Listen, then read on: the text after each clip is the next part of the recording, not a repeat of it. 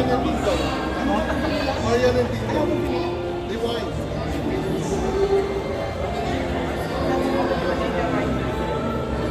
Oh my God, I'm fangirling right now. We have Mr. Dingdong Banks from the very beautiful Miss Maria Rivera in the building. Nakakahiya ito. So makatulistansya ako ng napakalayo. Kasi talaga namang Diyosa, talaga namang super pogi Mr. Dingdong Banks. Kasi, di ba, kinakabahan ako. Sobrang ganda ni Miss Maria. Oh my God. Sobrang ganda. At so hello, Sir Dingdong, Miss Maria. Sobrang pogi, sobrang ganda. You are nominated for Best Actor and Best. Yes. So congratulations po. Sobrang ganda mo, Miss Maria. Sobrang pogi. Ayaw, fangirling wala ako natanong, pero nag-fangirl ako sa inyo. Congratulations in advance. I see you po. Quick picture na.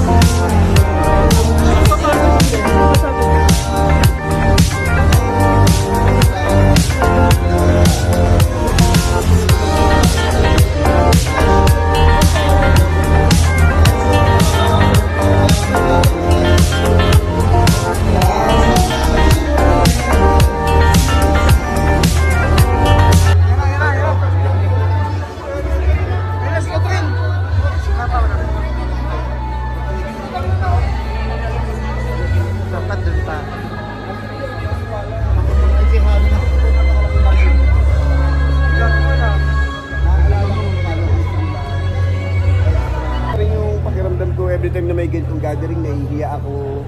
Parang laging first time. Pero ang isa lang sa akin na dahil dito sa award na to, binabalikan ko tuloy kung paano ako nagsimula. Ano yung mga nasa isip ko noon, kung paano yung paghihirap.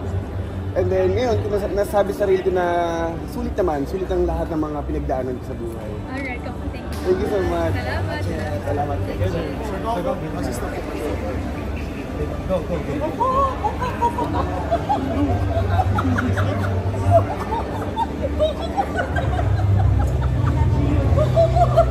Jill, Joaquin and John Gabriel. Alright, smile. Eyes here.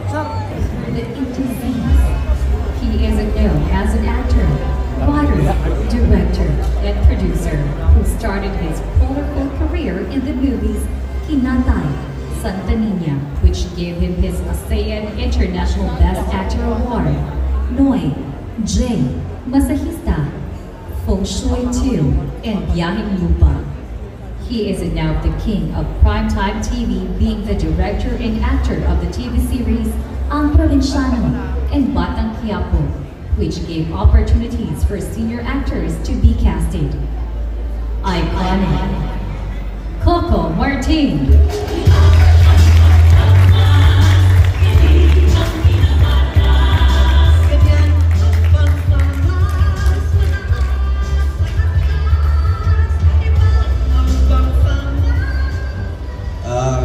Magandang gabi po sa inyong lahat. Grabe. Napakalaki po pala ng okasyon na ito at napakabigat po pala ng award na ito.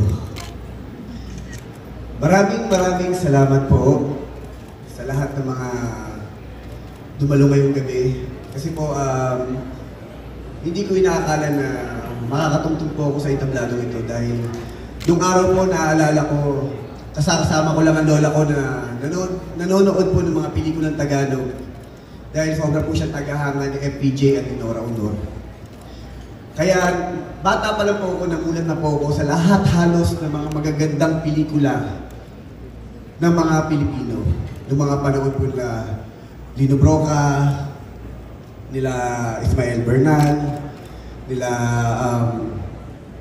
Celso Ad Castillo, at maraming pa pong ibang mga mahuhusay ng mga direktor. Nung araw, ni wala sa pag-iisip ko na mapapasok ko ang trabaho ito. Hanggang dumating sa akin yung pagkakataon na nakita ko, may mga nakakita sa akin, at napasok ako sa pag-extra, hanggang sa napansin na po ako, may nakakita po sa akin sa isang indie films. Hanggang, yun po, dumaloy yung takbo ng aking career sa trabaho ito. Kaya ako po kinukwento ito dahil hindi ko po lubos maisip na darating ako sa pagkakataong ito na magbibigyan ako ng parangal sa napakabata akong edad ng iconic movie actor. Kasi para sa akin po nung araw, nung nagsisimula ako, hindi ko kasi naisip na magiging artista ako. Ang tingin ko lang dati, racket eh. Ang tingin ko lang basta pagkakakitaan ko, basta kikita ko, ginagawa ko lang to dahil gusto ko magtrabaho, gusto ko mabuhay yung pamilya ko, gusto ko sila mabigyan ng magandang kinabukasan. Hanggang dumating na sa akin yung point na dahan-dahan sa trabahong ginagawa ko ng mga indie films na nung pinasok ko yung mundo ng indie films, nung sinisimulan ko yung mga pelikula ko, talagang mga medyo mature drone ang mga ginagampanan ko. Kadalasan ang mga ginagawa ko, mga gay film, iba't iba. Kasi ang tingin ko sa ginagawa ko noon, hindi na racket. Ang tingin ko noon, ginagawa ko yung mga pelikula noon dahil naniniwala ako doon sa proyekto, doon sa kwento at sa direktor ng katrabaho ko at sa mga artista. Hanggang na-experience ko po yung paglaban sa iba't ibang bansa para po ilaban yung mga pelikula natin. Hanggang dumating na po yung pagkakataon na napansin na ako ng television, ng ABS-CBN, ganoon na rin po ang GMA at ng Channel 5. Napakahaba po ng history ng tinahak ko bago po ako umabot sa entablado ito. Kaya nais ko po sana gamitin ang pagkakataong ito na pasalamatan ang lahat po ng mga taong tumulong sa akin noon, ang lahat ng mga directors, lahat ng mga managers, lahat ng mga co-actors ko, lahat ng mga producers, at lahat po ng mga TV stations na mga naniwala at nagbigay sa akin ng oportunidad na makapagbigay po ng hanap buhay. Ito pong tropeyong to, inaalay ko po ito sa aking lola at sa aking buong pamilya. Dahil hanggang ngayon po, nagtatrabaho po ako para po sa kanila at para mapaglingkuran po ang lahat ng mga Pilipino na makapagbigay po ng gabi-gabi ng inspirasyon at kaligayahan sa kanilang mga tahanan. Kaya maraming salamat po, Pamas, sa karangalang ipinagkaloob niyo sa akin at sa lahat po ng mga tao nagtiwala po sa akin. Thank you so much for it, God.